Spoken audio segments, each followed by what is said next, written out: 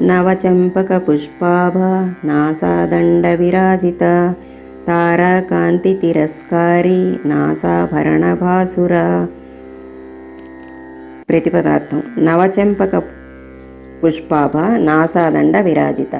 క్రొత్తగా వికసించిన సంపంగి పువ్వు వలె అమ్మ నాసిక ప్రకాశించుచున్నదని అర్థం.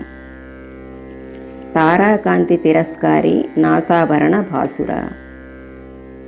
లోకైక జనని జగన్మాతయగు అమ్మ శుక్ర అంగారక గ్రహ కాంతిని తిరస్కరించు అడ్డబాసతో ప్రకాశించుచున్నది అని అర్థం. వివరణ. నవచెంపక పుష్పాభ నాసాదండ విరాజిత. కేవలము మొగ్గ కాక పూర్తిగా వికసించినది కాక ఉన్నటువంటి సంపంగి పువ్వుతో సమానమైన నాసాదండముతో అమ్మ ప్రకాశించుచున్నది అని భావం. తారాకాంతి తిరస్కారి నాసాభరణ భాసుర. తారకాదేవిని తిరస్కరించు కాంతి గల అడ్డబాసుతో ప్రకాశించునట్టిది అమ్మ అని అర్థం. తారలలో మంగళతార, శుక్రతార అని 2 తారలు గలవు. అవి మిక్కిలి ప్రకాశవంతమైన తారలు. వాని కాంతులను జయించు అడ్డబాసతో ప్రకాశించున్నది అమ్మ. పైన మాణిక్యము, కింద ముత్యము కలిగిన ముక్కు నత్తునే అడ్డబాస అంటారు.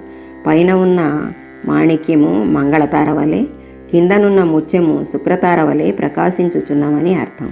అమ్మ ధరించిన అడ్డబాస మంగళ శుక్ల దేవతల కాంతిని, కుజశుక్రుల కాంతిని, తారకాదేవి కాంతిని కూడా తిరస్కరిస్తూ ప్రకాశిస్తున్నదని చెప్పబడినది. అందుచేతనే అమ్మను తారాకాంతి తిరస్కారి నాసాభరణ భాసుర అని ప్రస్తుతించటం జరిగింది.